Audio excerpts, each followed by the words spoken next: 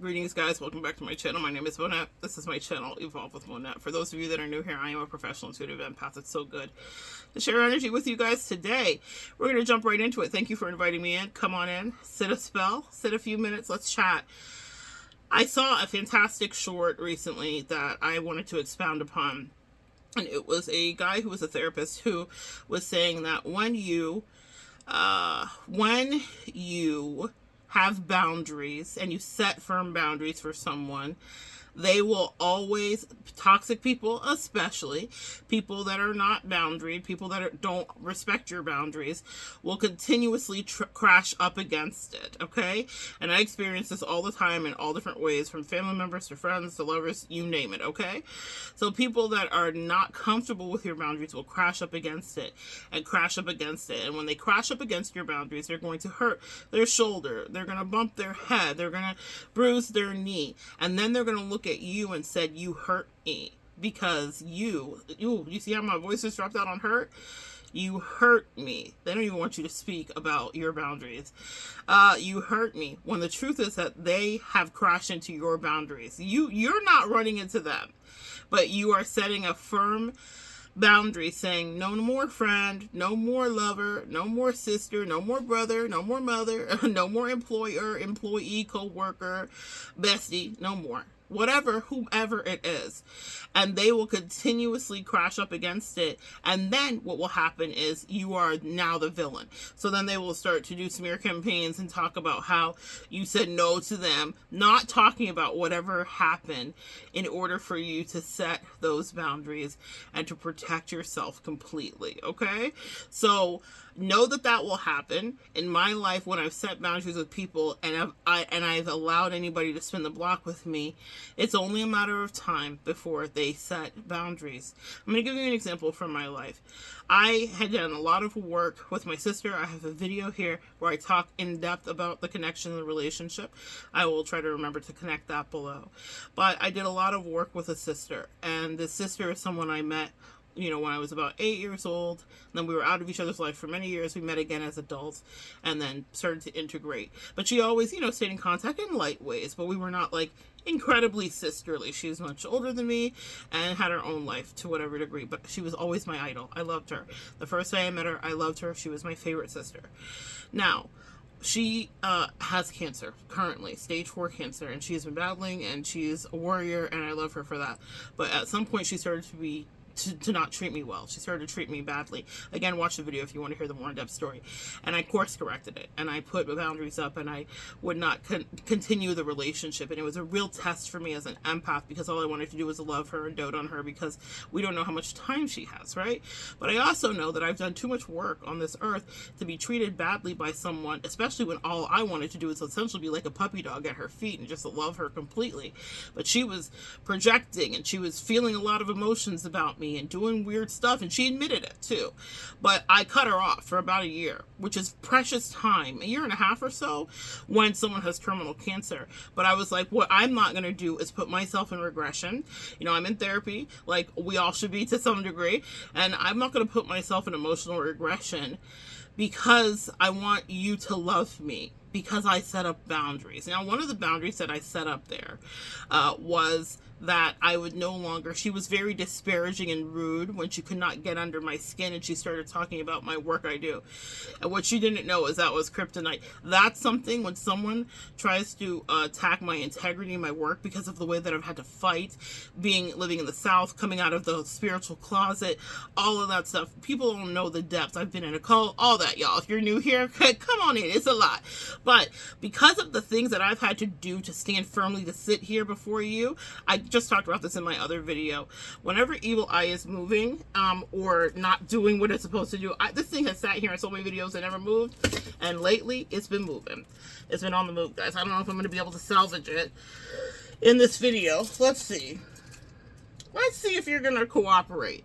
The message about evil eye moving or breaking or any of your crystals or bracelets breaking is that you have people that don't like you that are watching you, that are sending you evil eye. And when the evil eye is moving or breaking or disrupted, or a crystal bracelet breaks or a necklace pops or whatever, it's doing the work that it's supposed to do. So there are people that are watching. So anybody that does, let me say a prayer or two for these haters outside that are bitter and sad.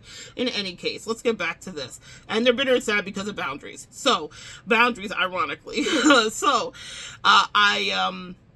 And in any case, with my sister, I had set some boundaries, and she was disparaging about the work that I do, and she talked down on it after having, wanting readings for me and telling everyone that my readings are amazing, hosting parties, saying, like wanting to host gallery reads where I would read for, multiple women that come over and have wine and all that stuff. In any case, she had lauded and talked about and extolled my readings accurately because that was the truth of her experience. But when I wouldn't do what she wanted to do, then she wanted to talk shit to me. Well, she didn't know me well enough because we met each other as adults, and I was like, well, absolutely not. I've worked for my reputation. I didn't Kardashian my way in here. I actually do exactly what I say I'm going to do. What does Eminem say? I am everything my rhymes say. If I wasn't, why would I say it? Essentially, I am whatever I say I am, and if I wasn't, then why would I say I am? So, in any case, she had seen that I had done that work. This is a sister. This is my blood DNA sister. I love her so much. But she tried it. And so I set a firm boundary because I'd had a couple of weird run-ins with friends, usually, and family, where I would give a discount to them or do whatever, and then they would be the one that's disparaging when they wouldn't be able to utilize or use my gift as they wanted to and as they saw fit. When she couldn't just make me read for everybody that was in a 20-mile radius or whatever. And so I was like, no more friends and family readings. Okay. I was like, and another thing. Okay. You can set a boundary at any time with anybody. You can disrupt the pattern of what's happening. And that is your prerogative. Actually, hold on one second, guys. That is your prerogative, actually. So you can set a boundary in any way. So I said no more friends and family readings because you don't respect me, and you said it to my face, and you were talking shit. And I don't care if we reconcile. At the time, I had no intention of reconciling because I didn't think she was going to do the emotional work, but she did. She got into therapy. She genuinely apologized to me. When we reconciled, go watch the video if you want to see the long form of the story. The point is this. She bumped up against me recently, and she said to me outright, I know that you have this boundary set, but you got to take me off restriction because I want to, do another gallery reading for you. I want to host you. I have this boss, whatever. And this sister is very West Indian. So there's a lot of respectability politics. When someone's older than you and you're a West Indian person, you have to almost respect them without question. And too very much I do. So even the way that I navigated that boundary setting with her was not something that my culture would approve of because you just usually say yes to whoever is in your family. Does that make sense? Especially if they're your elder to any degree. And so I did something that was not conventionally done. But she bumped up against me and told me, you need to take that because we've reconciled. We're good again. We're spending sister time. It's all good. We in the cut with my twin. We be vibing. Except that boundary still stays because you still talk that shit. You still felt that way. And I'm not going to allow my gift to be utilized for you to play. I don't care. And so this is something I said to her, so I'm saying it to you here. Anything that you ever hear me talk about, any of these stories that you ever hear me tell, trust me, they were said directly to the people as well, okay? So this is not gossip. This is me teaching a lesson and transmuting the energy. I have another message coming up here regarding Kendrick and a line he said, stop playing with me before I turn you to a song. Sometimes, guys, all you have is the extract of what happened or whatever went on in a connection, especially if it truly ended and you don't have any beautiful memories or whatever the case may be. All you have is what you had to transmute into positive energy from their toxicity, and you own that with your throat chakra, and you can say whatever you want to, and however, as long as you're integral about it, I think, okay? Don't put 20 on 10. Be honest about it, especially if it's for teaching purposes. But in this case, She was like, I need you to, do this, whatever, whatever. And the way that she approached me. And and here's the thing, people will be emotionally manipulative. And I called her out on it. She was like, I want to get you a class to learn how to make your own tarot cards. Well, okay, thank you. And whatever. But what she was doing was creeping back in, hoping that now if I'm putting money towards something with this and whatever the case may be, and of which I returned the money and the thing, I was like, no, thank you. I appreciate it, but no, thank you. I'm good. And if I, need it, I'll do it myself. Plus, with what's going on with her, I'm not really into taking her money at all, okay? That's just my thing. I feel very, protective of her in that way. But in any case, I watched her. Doesn't mean because we have reconciled that she wasn't being insidious and that she wasn't trying to slide in and break my boundaries down. And she eventually just said it. She was like, you know what? You need to take these boundaries down for me because whatever. Well, no, I don't.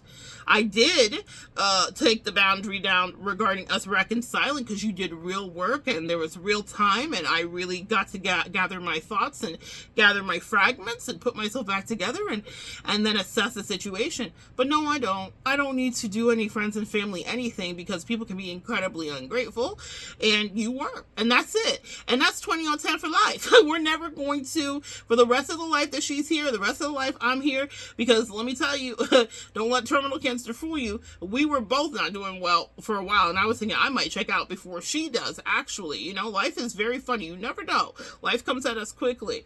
But in order for you to maintain the growth and the pathway that you've taken, empath, it is imperative for you to actually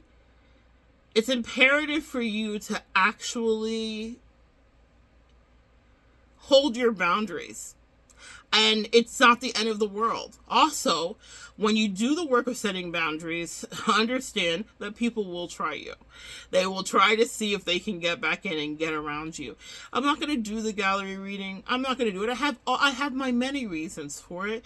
But paramount and chief among them is that once someone disrespects you, they will do it again. So just because I read for her again, or if I let her back in or whatever, doesn't mean that she would not find a way to disparage me again if something is not going her way. When someone shows you who they are, believe them. Sister or not, fairy or fae, believe them, okay?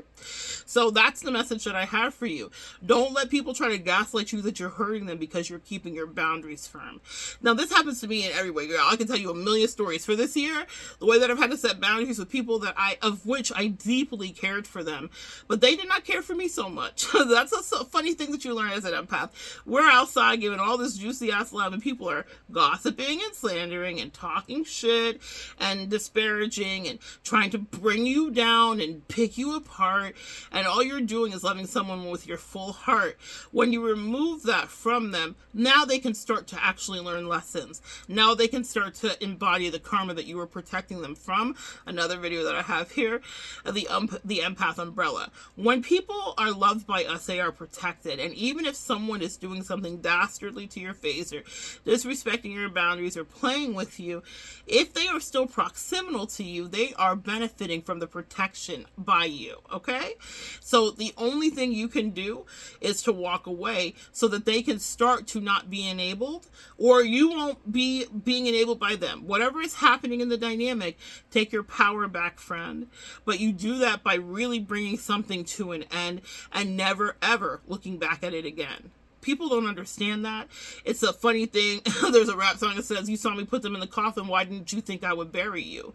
A lot of people watch you set boundaries with people wide-eyed and surprised. Like, oh my gosh, I've never heard you say that before. I've had several exes tell me about, wow, you're sure taking your power back and using all your words.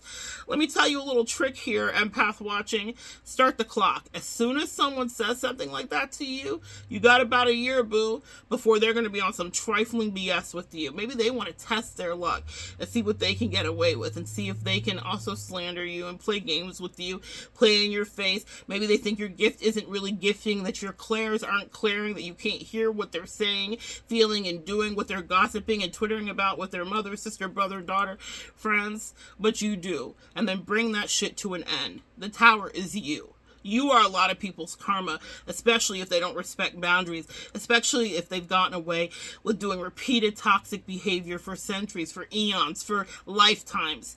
You are dispatched in sometimes for such a time as this, because the buck stops here with you, sis. Or sir, whatever. So, don't let people tell you, you're hurting me. Oh my God. No. They're hurting them. Because my sister never had to ask me about that again. I said what I meant. I meant what I said. I never wavered. And she knows that.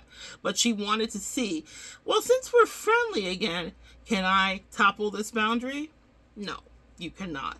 But you might end up bruised because you're going to say that I was mean to you by holding true to what I needed to do to protect me from you. Guys, it's a message. Hopefully it's helpful for someone here today. Don't let people try to manipulate you to ebbing and frittering and feathering your boundaries away. If in your face they ever did play, then they are in timeout and relegated to stay. Timeout indicates that it could be temporary. Some people you can you can reconcile with. You can recoup whatever was lost to some degree. But that doesn't mean that the boundaries are eroded because I laugh with you and I'm sisterly. I am sisterly. I'm a great sister. I'm a great friend. I'm a great lover. I'm a great spouse. I'm a great, daughter. I'm a lot of great things. But even with any one of those people that I just named, there have been boundaries that have been set because I don't play any games. When you have gone through what we have gone through, empath, and when you have had to work so hard to take your power back and unleash yourself from your own codependency and bad habits and your own toxicity and your own addictions and your own emotional addictions and love addictions, don't let someone come in and try to stir back up those afflictions just so that they can trauma bond with you, because they will never respect you. My sister would not respect me no matter what she says. If I did what she wanted me to do, would it make her happy if I breached my boundary? Of course it would. But would she respect me? She would not. But now she does, hopefully. And if she doesn't, then again, we will set ourselves free. You have to not be afraid to lose people, especially because here's what I'm hearing. It's going to be you or me. Especially when it comes down to your boundaries, it's going to be you or me. People don't know what you've really been through. People may underestimate you. People may think if I come in this more insidious, covert way and try you, you won't see me. I always see you. You guys see people too. You are the high priestess. You are the earth angel. You are the empath. And so if someone is treating you that way about your boundaries and they don't respect it, you don't have to stay there to take it. But if you do want to be in a relationship, understand you will be tested. I weighed heavily reconciling with my sister because my sister is my sister. People don't really change. I know her ways. I know she loves me, and I know she wanted it for us to be reintegrated, but I knew eventually upon allowing her back into my life that this moment would come where she would say, just take down the boundaries for me. You got to take me off restriction. Do I? I actually don't. I actually am doing what is right for both of us. Because before she does cross over and leave this life, she's going to have to reconcile with those lessons. Because they're not just lessons she's learned with me. And that's something you guys need to understand, hear, and see. When someone is not good with boundaries, you're not the first person they weren't good with them with. Okay?